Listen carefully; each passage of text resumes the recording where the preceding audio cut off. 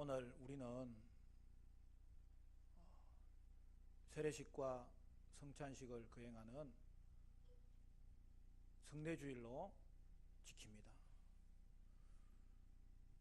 그래서 우리가 이 성례주일 때는 성례의 의미가 무엇인지 제가 성찬에 대해서, 때로는 세례에 대해서 살펴보는 시간을 갖는데, 특별히 오늘은 유아 세례에 대해서 같이 살펴보는 시간을 갖겠습니다. 여러분, 유아 세례의 근거가 어디에 있습니까? 유아 세례의 의미가 무엇이고 유익이 무엇입니까? 어떤 사람은 유아 세례는 성경에 근거가 없다, 그렇게 말하는 사람이 있어요. 여러분, 세례는 누가 받는 거죠? 세례식 때 유심히 들으면 알겠지만 예수를 구주로 믿는 사람에게 주는 거죠. 오늘도 문답을 했습니다만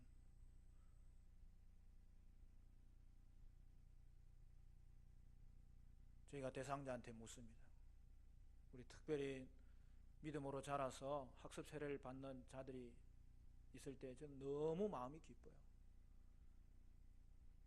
유아 세례 받았는데 금세 입교합니다. 그래서 다시 묻는 거예요. 예수님이 누구냐?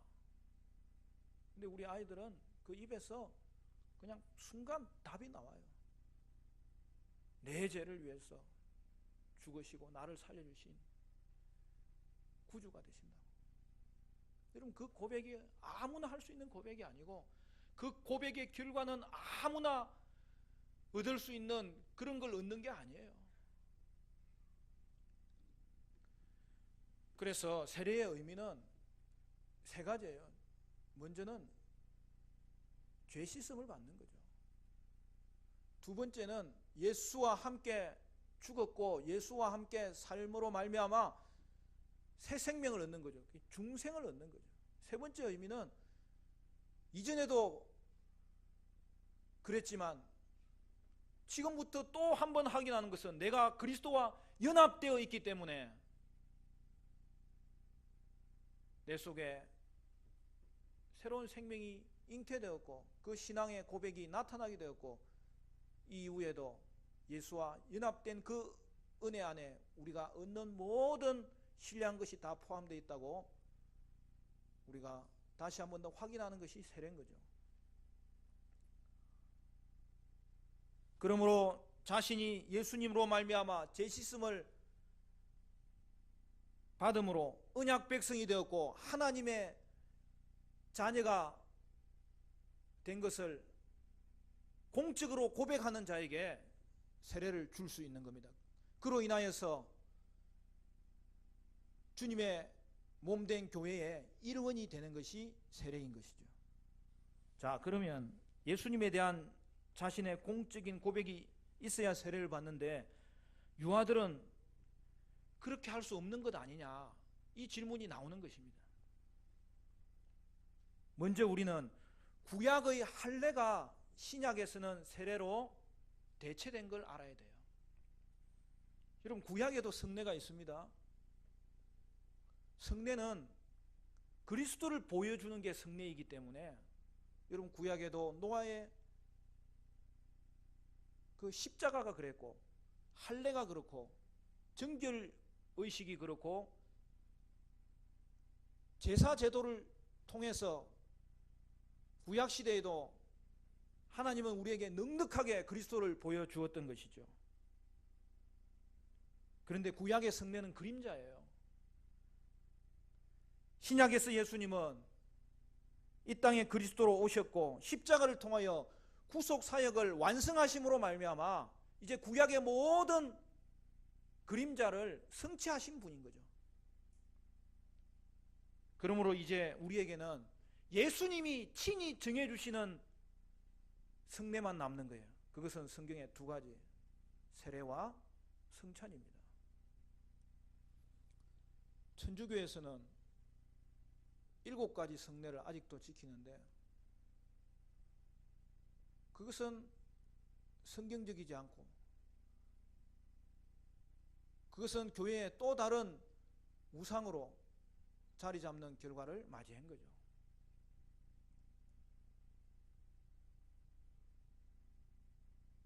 여러분, 할례와 세례가 연속성이 있고 차이점이 있는 거예요. 그러나 두 가지의 모두 그 내용은 뭐라고요? 그리스도를 보여주고 그리스도로 말미암는 구원을 보여주는 거죠. 따라서 여러분, 성경에서 구약과 신약은 별개의 내용이 아니에요. 구약과 신약은 동일한 내용을 보여주는 거예요. 그리고 그것이 점진적으로 더 드러난 거예요. 바로 예수님을 보여주는 거예요. 구약은 오실 예수님을 보여주었고 신약은 오신 예수님, 지금도 함께 하시는 예수님, 장차 이 땅에 우리의 구원을 완성시키기 위해서 다시 오실 예수님을 보여주는 것이죠. 바로 여기에 유아세례의 의미가 등장합니다. 구약에서는 할례를 통하여 언약 백성의 표를 성인에게 뿐만 아니라 유아에게도 주었던 것이죠. 마찬가지로 신약에서도 부모의 신앙을 보고서 그의 자녀들도 동일한 언약 백성 안에 있음을 인정하면서 교회가 유아에게도 세례를 주는 것이죠. 오늘 본문 말씀, 아브라함에게 하나님께서 할례를 행하시라는 장면이 나오는데 9절부터 이렇게 되어 있습니다. 하나님이 또 아브라함에게 이르시되 그런즉 너는 내 언약을 지키고 내 후손도 대대로 지키라. 너희 중 남자는 다 할례를 받으라. 이것이 나와 너희와 너희 후손 사이에 지킬 내 언약이니라. 여기 보면 뭐라고 되어 있죠? 남자는 다 할례를 받으라. 하나님은 아브라함에게 명하기를 할례를 유아를 포함하여 아브라함의 가족 구성원 다 받도록 명령하신 것입니다. 우리가 알듯이 창세기 이 17장은 시작부터 나오는 내용이 뭐지요? 하나님이 아브라함을 찾아오셔서 언약을 맺는 거예요. 그것을 우리는 아브라함 언약이라고 합니다. 구약의 언약은 모든 언약이 다 새 언약의 그림자예요. 은혜 언약의 그림자예요. 그러므로 아브라함은 모든 믿는 자의 조상으로서 여러분, 언약의 주인공은 오늘 예수 안에서 구원받고 하나님 예배하는 저와 여러분이 바로 그 주인공인 것입니다. 그래서 언약의 특징은 언제나 은혜 언약이에요. 왜 그렇습니까? 죄인인 우리가 멸망당하지 않을 이유가 어디에 있어요? 그것은 오직 하나, 하나님이 우리를 사랑하셔서 우리를 찾아오시기 때문에 그런 거예요. 하나님이 우리를 사랑하사 예수 그리스도를 보내심으로 우리 대신 십자가에 죽게 하셔서 우리를 구원하시는 하나님이 먼저 찾아오시기 때문에 우리가 언약을 맺을 수 있고, 그래서 언약은 언제든지 은혜 언약인 것입니다. 하나님은 아브라함과 언약을 맺은 후에 이제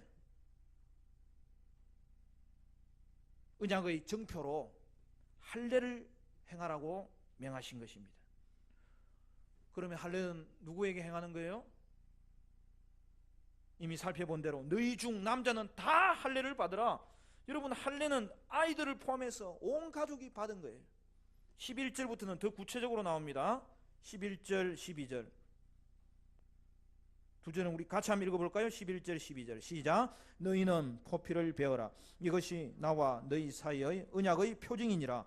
너희의 대대로 모든 남자는 집에서 난 자나 또 너희 자손이 아니라 이방 사람에게서 돈으로 산 자를 막론하고 난 지 8일 만에 할례를 받을 것이라.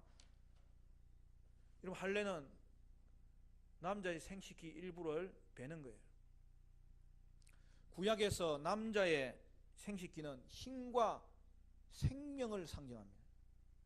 따라서 이스라엘은 할례를 행할 때에 나의 힘과 생명은 오직 여호와로부터만 나온다고 그들은 고백한 것입니다. 그러므로 할례를 받을 때 온 가족이 그 고백에 동참하였고 할례를 받은 것입니다. 그리고 아브라함 이후에 태어나는 자는 어떻게 하죠? 그의 후손에게는 누구든지 난지 8일 된 아이에게 할례를 행하라고 하신 것이죠. 이처럼 여러분 구약에서는 유아도 반드시 할례를 받도록, 그래서 할례의 의미가 주는 그 축복에 아이들도 참여하도록 한 것입니다. 그리고 신약에서는 세례가 할례를 대신합니다. 그러므로 사랑하는 성도 여러분, 신약에서는 유아 세례를 통하여 세례의 의미가 동일하게 그 아이들에게도 축복이 되도록, 아이들이 거기에 참여하도록 유아 세례를 주는 것은 너무나도 당연한 일인 것입니다. 그러므로 주의 교회에 소속된 모든 성도들은 자신의 아이를 유아 세례를 통하여 언약 백성에 참여하도록 하신 이 하나님의 놀라운 은혜를 감사히 받으면서 참여할 때 주께 큰 영광이 되고 믿음이 회복되고 믿음이 강해지는 은혜가 있게 되는 줄로 믿습니다. 그러면 유아 세례의 의미가 무엇입니까? 우리는 유아들이 어리기 때문에 정말 그 속에 믿음이 있는지 없는지 사실은 알 수가 없어요. 그렇잖아요. 따라서 여러분, 유아들에게 베푸는 세례는 부모의 신앙으로 주는 세례이기 때문에 자녀의 신앙으로 주는 세례는 아니에요. 여기서 중요한 것이 무엇입니까? 언약의 약속에 근거하여 베푸는 세례죠. 에베소서 2장 12절 13절에 그때 너희는 그리스도 밖에 있었고 그리스도 이스라엘 나라 밖의 사람이라 약속의 언약들에 대하여는 외인이요 세상에서 소망이 없고 하나님도 없는 자이더니 이제는 전에 멀리 있던 너희가 그리스도 예수 안에서 그리스도의 피로 가까워졌느니라. 여기 보면 약속의 언약이라는 표현이 나와요. 여러분, 이거는 너무나 중요한 표현이에요. 저와 여러분이 구원받는 것도 하나님이 창세전에 이미 약속부터 해주신 거예요. 그리고 구약시대에 아브라함을 부르실 때에 그 아브라함의 씨에 소속되는 후손들인 저와 여러분을 하나님께서 택정하시고 이미 약속해 놓으신 것이 오늘 저와 여러분 가운데 이루어진 구원이에요. 마찬가지로 이 방식은 특별히 믿음의 가정의 자녀들에게 분명히 나타날 것 아닙니까? 그게 무슨 말입니까? 여러분 가정에 주신 자녀들은 약속의 자녀예요. 그래서 우리는 우리 자녀들을 뭐라고 고백합니까? 하나님이 주신 선물이라고 고백하는 거죠. 그 말이 뭐죠? 혈통적 자녀이기 이전에 하나님은 우리에게 약속의 자녀로 이 땅에 이 자녀를 태어나게 하셨고 우리 가정에 태어나게 하신 하나님의 선물이라는 고백이 믿음의 가정에는 늘 있었던 것이죠. 그로 말미암아 유아 세례는 자동적으로 이루어지는 거예요. 그래서 여러분, 고백을 할 수 없는 어린아이도 유아 세례를 받을 수 있습니다. 유아에게는 부모의 신앙 고백을 통하여 동일한 언약 안에 있음을 확증하고 고백하고 증거해 주는 것입니다. 그러니까 핵심은 이거예요. 하나님의 은혜가 우리의 신앙보다 먼저라는 거예요. 요한복음 15장 16절에 너희가 나를 택한 것이 아니요 내가 너희를 택하여 세웠나니. 할렐루야. 그러므로 믿음의 가정은 하나님의 언약에 근거해서 자녀들의 구원을 소망 가운데 믿으면서 기꺼이 유아 세례를 받도록 해야 되는 것입니다. 이것이 유아 세례의 의미인 것입니다. 예수님은 제자들이, 어린아이들이 자신에게 가까이 오는 것을 막을 때에 얼마나 꾸중하셨는지 몰라요. 아이들이 내게 오는 것을 막지 말아라, 방해하지 말아라. 왜 그래요? 그들도 언약 백성이기 때문에. 믿음이 있는지 없는지 아직 확인이 안 되는 어린 나이이기 때문에 그들은 예배의 자리에 참석할 자격을 안 준 것이 아니라 하나님은 더 어린아이들을 귀하게 보시고 그를 안으시고 그에게 안수하시고 축복하신 것은 그가 언약 백성의 일원이고 교회의 일원인 것을 우리 예수님이 증거하시는 거죠.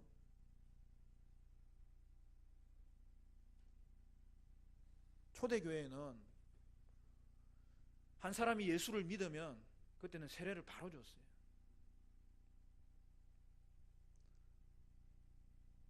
한 사람이 예수를 믿으면 세례를 주는데 누구에게 줍니까? 온 가족에게 주는 거예요. 우리가 잘 아는 사도행전 16장, 우리 같이 한번 찾아볼까요? 사도행전 16장.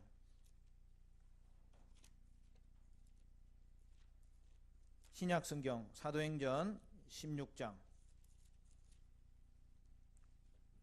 거기 보면 세례장 받는 장면이 나오는데요, 우리가 잘 아는 성경 구절과 함께 시작됩니다. 바울이 도망간 줄을 알고 자결하려 하였던 간수가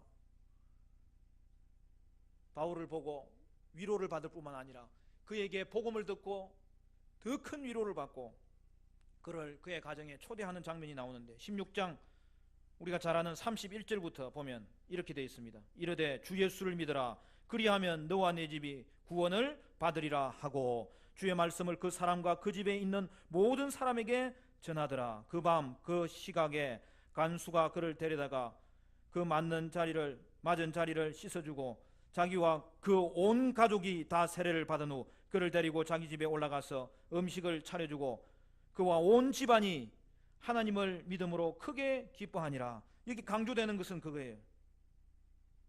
예수를 믿고 온 가족이 다 세례를 받았더라는 거예요. 예수를 믿은 후에 아이를 포함해서 온 가족이 세례받고 교회의 일원이 된 것을 성경은 말씀합니다. 여러분, 교회사 가운데 유아 세례는 끊어진 적이 없어요. 유아 때 세례를 주고 그가 장성하면, 우리식으로 이야기하면 만 14세가 이상 되었을 때 자기 신앙으로 예수를 주님으로 고백하는 것을 점검하고 입교의 절차를 행한 것이죠. 마지막으로 한 가지 더 살펴볼 것은 유아 세례의 유익입니다. 먼저 부모에게 주는 유익이 있고 자녀에게 주는 유익이 있어요. 여러분, 신앙생활 하는 가운데 여러분의 가장 큰 고민이 뭐예요? 좀 더 구체적으로 여러분이 신앙생활 하는 가운데 여러분 자녀에 대한 가장 큰 고민이 뭐예요?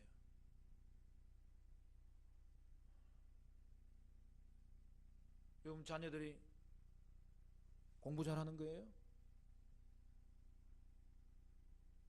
물론 공부를 잘하면 좋습니다만 하나님이 각자에게 은사를 주셨어요.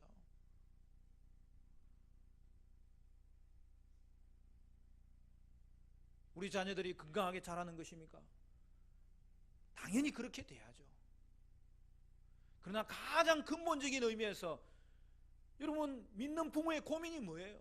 그건 단 하나예요. 우리 자녀들이 신앙생활 잘 해야 되는데, 하나님의 자녀의 반열에 올라야 되는데, 언약 백성의 자리에 들어가야 되는데, 그런데 유아 세례가 믿음의 부모들에게 큰 위로를 주는 거죠. 그게 뭡니까? 영적 부모인 우리는 이 거룩한 예식을 통하여서 하나님께서 우리 후손까지도 보살피신다는 하나님의 말씀에 근거하여 우리 자녀에게 하나님께서 언약을 베풀어 주실 것이다. 그것을 생각할 때 하나님의 자비가 한없이 고맙고, 하나님은 나보다 내 자녀를 또 더 사랑하시는구나.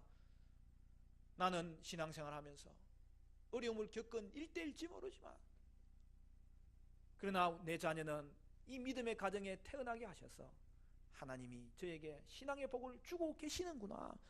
여러분, 유아 세례를 받으면서 믿음의 부모는 우리 자녀가 언약에 참여한 것을 눈으로 보면서 위로를 받는 거죠. 기대를 가지는 거죠.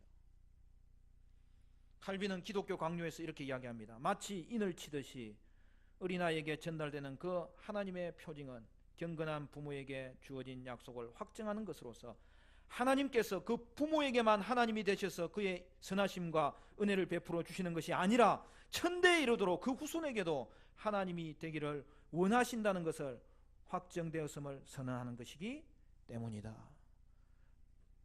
하나님은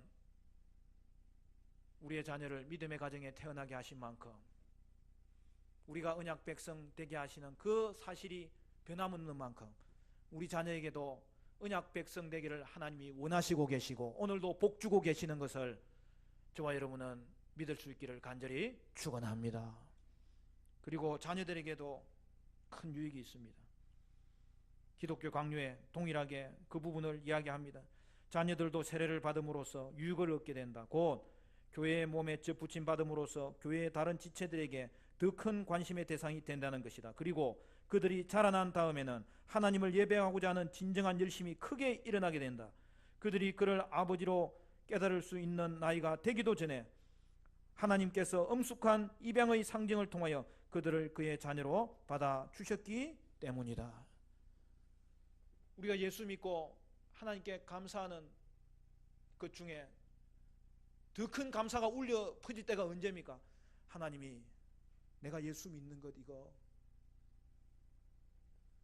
창세주부터 계획하셨구나. 그리고 유아세례 받는 사람은 또 하나의 고백을 하는 것이죠. 우리 부모님들과 그리고 우리 부모님의 신앙으로 말미암아 나의 부모님의 하나님은 나를 어릴 때부터 내가 앞뒤를 가리지도 못할 그때부터 나를 은혜 안에 있게 하셔서 약속의 자녀로 인치시고 결국에는 하나님은 나를 장성하기 이전부터 나를 택하여 주셨구나. 우리 부모님들은 내가 장성하기 이전부터 나를 은혜의 사람이라고 그렇게 인정해 주셨구나. 그걸 깨달을 때 믿음이 배가 되는 게 입교하는 성도의 놀라운 은혜가 되는 것입니다. 오늘 세례하고 입교받고 유아세례 받는 성도들, 그리고 그것을 같이 신앙의 고백에 축하하면서 참석하는 우리들이 오늘 이 시간 다시 한 번 더 하나님께 감사할 것은 하나님이 우리를 언약 백성 삼아 주셨을 뿐만 아니라 언약 백성의 가정에 태어난 그 아이는 더 놀라운 은혜를 주셔서 언약 백성에 참여하게 하시는구나. 그것을 바라봄으로 여러분의 믿음의 위로가 되시고 기대가 되시고 또한 여러분의 자녀들인 당사자의 믿음 가운데도 소망이 흘러넘치는 은혜가 있게 되시기를 간절히 축원합니다. 하나만 더 살펴보면 유아세례는 부모에게 서약을 받고 주는 세례예요. 그렇기 때문에 유아세례는 부모에게 위로가 될 뿐만 아니라 사실은 큰 결단을 요구하는 거예요. 여러분, 자녀가 유아세례를 받는 근거는 단순한 혈연관계 때문이 아닙니다. 부자관계 때문이에요. 부모와 자녀관계 때문이에요. 여러분, 이게 같은 말 같지만 달라요. 그냥 한 피기 때문에 유아세례를 줄 수 있는 게 아니에요. 그 자녀가 부모와의 관계에서 이 땅에 존재하고 그 자녀가 부모의 근위 아래에서 이 땅에 존재하기 때문에 유아세례를 줄 수 있는 거예요. 그 말이 무슨 말입니까? 부자관계라는 말은 필연적으로 부모의 신앙교육을 받게 되어 있는 관계라는 것이고 언약 아래에 있게 되고 결국에는 세례를 받게 되는 것이죠. 그러므로 사랑하는 성도 여러분, 유아세례에서 중요한 것은 부모의 자녀에 대한 신앙교육의 서약을 받고 세례를 주는 거예요. 그러므로 언약 백성의 표를 베푸는 유아세례에서 부모들은 자녀의 신앙교육에 대한 결단을 가지고 이 세례에 참석해야 되는 겁니다. 아이들을 성장시킬 때에 부모로부터 믿음에 대한 교육을 받아야 된다는 것과 교회가 이를 체계적으로 가르쳐야 된다는 것을 마음에 다짐하면서 유아세례를 받아야 되는 것입니다. 그러므로 부모들은 교회의 신앙교육을 함께 도우기를 결단하고 내가 이 자녀를 신앙으로 세울 책임이 지금부터 나에게 주어졌다는 것을 결단하면서 이 세례에 임해야 되는 것입니다. 제가 유아세례는 부모에게 문답할 때 여러분 우리 학습 세례 책자 있잖아요. 그 책 굉장히 중요한 책이에요. 왜냐하면 그 책자대로 자녀를 양육하겠다는 것이 유아세례 부모들에게는 중요하기 때문입니다. 그리고 학습 세례 대상자는 그 책에 있는 내용이 성경의 요약이기 때문에 그것을 읽고 확인하고 지침이 되어서 내가 살겠다고 하는 것이기 때문에 그 책자가 중요한 거예요. 여러분 작지만 사실은 그 책은 사실은 너무 작아요. 그 책보다 더 중요한 것은 웨스트민스터 소요리 문답이에요. 그 소요리 문답을 요약해 놓은 거니까 얼마나 좋아요. 때가 되면은 이제 학습 세례 받을 사람 제가 소요리 문답 가지고 문답할 날이 이제 올지도 몰라요. 그런데 요약해 놓은 걸 잘하면 제가 그 다음으로 넘어가지 않을 거예요. 그래서 제가 부모들한테 이 질문을 꼭 하는 거예요. 정말 자녀를 신앙이 가장 중요하다고 생각하고 키우겠냐고. 할렐루야. 그게 우리 신앙의 고백이고 우리 신앙의 소망이에요. 대답은 참 잘해요. 애가 예쁘니까. 근데 금세 입교할 때가 옵니다.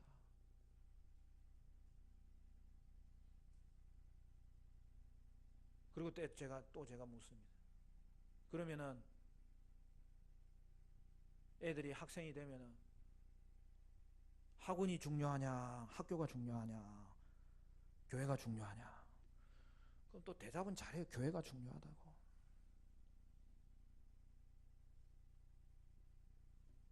결정적으로 제가 묻습니다. 고3이 되면 주일날 학원 가는 게 중요하냐, 교회 가는 게 중요하냐? 그럼 조금 눈이 흔들리기 시작하는데 그래도 대답은 잘합니다. 애가 예쁘니까. 한 가지 더. 고3 방학이 되면 애를 학교 보내야 돼요? 교회 수련회 보내야 돼요? 여러분 신앙생활은 그냥 이상이 아니에요. 현실이에요. 애가 뭐가 중요한지를 알고 그 스스로 고백하면 좋겠지만 우리가 끌어줘야 돼요. 고3이 되었을 때 여러분 교회 수련회 보내는 게 중요합니까? 학교 보내는 게 중요합니까? 답은 여러분이 다 아시잖아요. 오늘 이 시간에 사랑하는 성도 여러분, 저와 여러분은 다시 한 번 더 믿음으로 언약 백성된 것을 확인하고 고백하고 그것이 우리의 위로가 되고 우리의 기대가 되고 소망이 되는 가운데 우리 자녀들 하나님의 사람으로 키우는 것을 가장 우선순위에 두시고 그로 말미암아 하나님께 금보다 귀한 믿음으로 우리 아이들이 자라나고 여러분이 본을 보이며 하나님의 교회가 든든히 서가는 은혜가 있게 되시기를 주님의 이름으로 간절히 축원합니다.